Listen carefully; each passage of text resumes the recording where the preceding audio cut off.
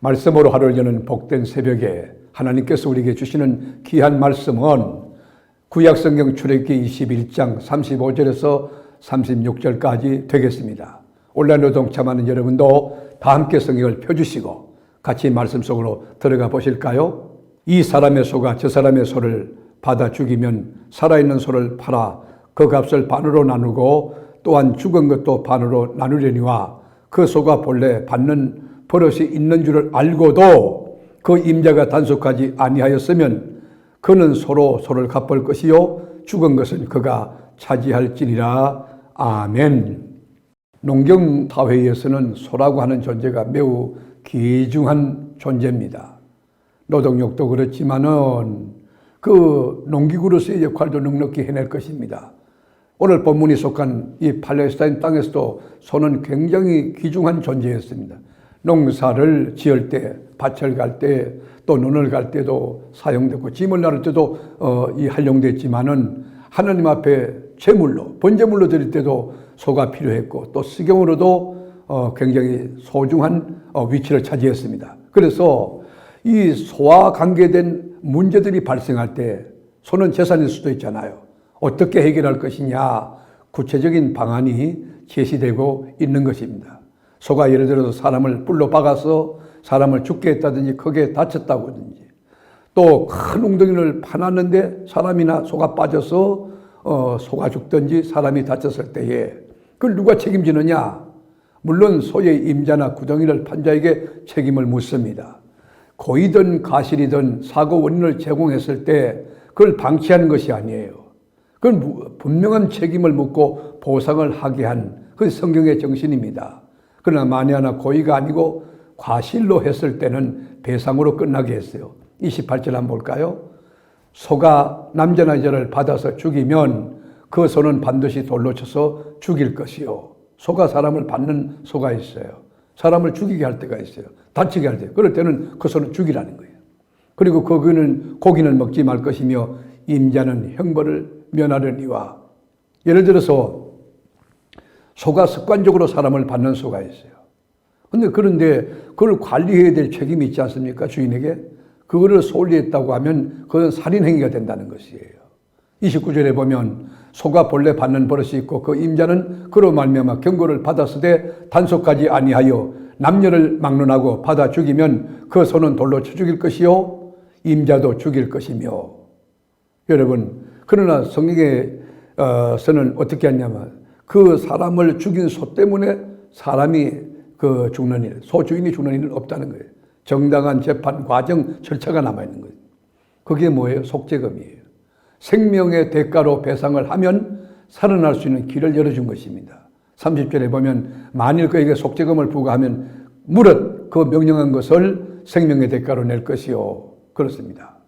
종을 죽게 했을 때는 그 소는 죽이고 은 3세겔을 지불하라고 성경에 명시하고 있어요. 또 구체적으로 우리가 30절에 보면 이렇게 나와 있어요. 만일 그에게 속죄금을 부과하면 무릇 그 명령한 것을 생명의 대가로 낼 것이요 아들을 받든지 딸을 받든지 이 법규대로 그 임자에게 행할 것이며 소가 만일 남종이나 여종을 받으면 소 임자가 은 30세겔을 그의 상전에게 줄 것이요 소는 돌로 쳐서 죽일지니라. 사람이 구덩이를 열어두거나 구덩이를 파고 덮지 아니하므로 소나 나귀가 거기에 빠지면. 여러분, 우리가 지금 산업재해에 불행한 사태가 많이 일어나고 있잖아요. 사업하는 것은 그건 악한 일이 아니지요. 그거는 여러분 선한 일로 사업을 시작할 수 있고 과정과 절차도 아주 공정하고 깨끗하고 의로울 수 있습니다. 그러나 위험 부담을 안고 있는 것은 사실 아니겠습니까? 그러므로 사업하는 그 주인은 예방에 철저해야 된다는 거예요. 그리고 사고가 났을 때는 책임을 지는 자세가 필요하다는 것이에요. 자신의 의도가 있든 없든지 간에 늘 주의하지 않아서 일어나는 사고에 대하여 공동 책임을 져야 된다고 하는 것입니다. 하나님이 우리 인간을 지으시고 우리 인간에게 다스릴 수 있는 이 문화적인 권한까지 주었어요.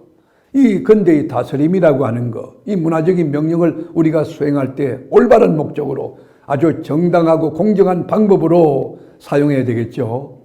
또 그리고 개인적으로 나의 잘못된 습관이나 경솔한 행동으로 말미암아 다른 사람에게 피해를 준다는 것, 이것도 굉장히 힘든 일이고 어려운 일이지만 또 단호하게 그 피해 입은 자에게 배상을 해야 되는, 책임을 져야 되는 그런 정신이 필요하다는 것입니다. 우리 예수 믿는 그리스도인들은 하나님의 자녀입니다. 빛의 자녀입니다. 그리고 왕같은 제사장들입니다. 이 하나님의 자녀에게는 권세도 있지만 영광도 있지만 품격이 있는 것이에요. 예의도 있어야 되겠고 그 말에 대해서 책임감도 있어야 되겠고 그 말이 정직하고 신뢰를 얻을 수 있어야 됩니다. 그리고 남을 배려하는 정신도 있어야 된다는 것입니다. 하나님은 우리가 사는 이 세상을 바꾸십니다. 올바르게 바꾸는데 서서히 바꿉니다. 느린 속도로 바꾸지만 그러나 맷돌을 들 때 천천히 돌아가는 맷돌이 정확하게 그 곡식물을 다 부수고 그 가루로 만들어내듯이 하나님의 법칙은 정확하게 느리지만 온전하게 지금 돌아가고 있다는 것입니다. 그러나 우리가 바르게 살지 못하면 하나님의 자녀로서 주님의 영광을 가리우고 예수 믿는 사람이 뭐 저렇게 하나 그럴 수가 있어요. 우리의 전국 시민입니다. 그러므로 하나님 백성다운 정신을 가지고 우리가 하나님이 주신 말씀의 그 스탠다드 원칙을 잘 지켜서 우리가 살아가면서 사전에 이 예방을 하고 그리고 문제가 발생했을 때 책임지는 그런 정신을 가져서 죄송합니다. 어떻게 하다 보니 이렇게 됐습니다. 용서해 주세요. 제가 배상하겠습니다. 이런 기독교인이 된다고 하면 우리 기독교인을 통하여 우리 삶의 현장이 그리스도의 복음을 전가하는 일에 큰 도구가 되고 힘이 될 수 있을 것입니다.